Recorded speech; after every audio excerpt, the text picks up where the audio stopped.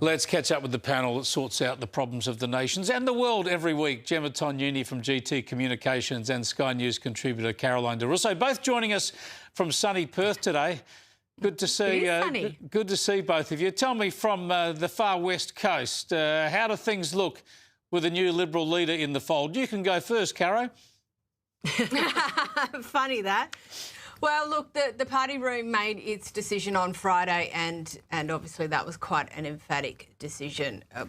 Look, I've tried to, when you run the organisation part of the party, it's really important that we stick to our knitting, and we obviously remain disciplined on things like this and leave to the party room what's their business. But as we've talked about a number of times, Chris, there was that hemorrhaging of the primary vote. There wasn't that policy coming out. So I can understand the frustration within the party room, and more broadly, that change has now been made.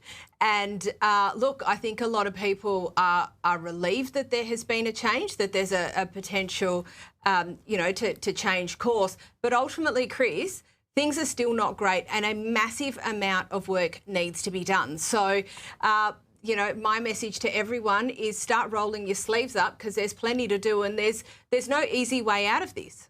Man, there's a lot to be done. But, Gemma, what do you make of this meme that's pushed by Labor, perpetuated by the ABC, that somehow Sussan Ley's undoing was the fact that she's a woman? Have they heard of Julia Gillard? I mean, these people are incorrigible. Is the blood still dripping from the knife between her shoulder blades all these years later?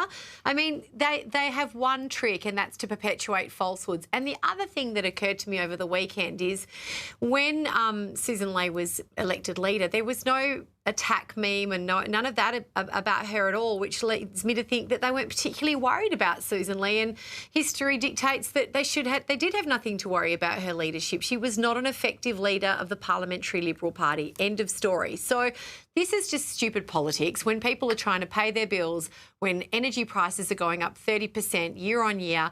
I don't think this is the strategy. It's not the flex that you think it is, guys. It just makes you look like a bunch of dills who are disconnected from average Australians like you and I.